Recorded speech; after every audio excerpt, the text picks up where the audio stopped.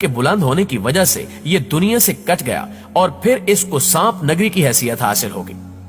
सांपों की इस बस्ती में कम से कम 2000 ऐसी अक़साम पाई जाती हैं जिनको जहरीला तस्लीम किया जा चुका है, जबकि 4000 नस्लें ऐसी भी हैं जो इंतहाई जहरीला होने की हामिल हैं और इन्हें सुर्ख ताज वाले सांपों के नाम से मौसूम किया जाता है।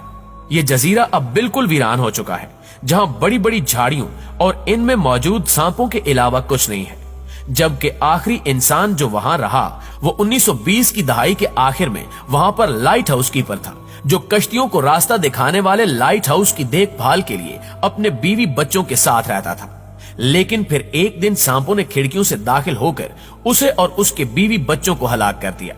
लिहाजा अब वहां मुस्तकिल रिहाइश किसी की भी नहीं है, बल्कि अब वहां जाने की कोई भी जुर्रत नहीं करता।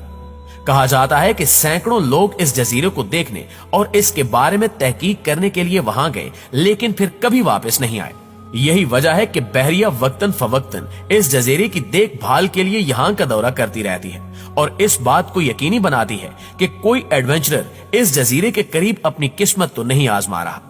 हुकूमत की तरफ से सिर्फ 2 तरह के लोगों को यहाँ जाने की इजाजत है, एक नेवी को जो वहां जाकर लाइट हाउस की देखभाल और मुरम्मत करती है, और दूसरे रिसर्चर्स को जो वहां सांपों पर तहकीक करने जाते हैं। लेकिन इस बात में भी कोई शक नहीं कि बहुत से रिसर्चर भी यहां जाने से घबराते हैं। सवाल ये पैदा होता है कि इतने सांप यहां आए कहां से, और ये खुद आए या फिर इनको किसी वजह से यहां लाया गया।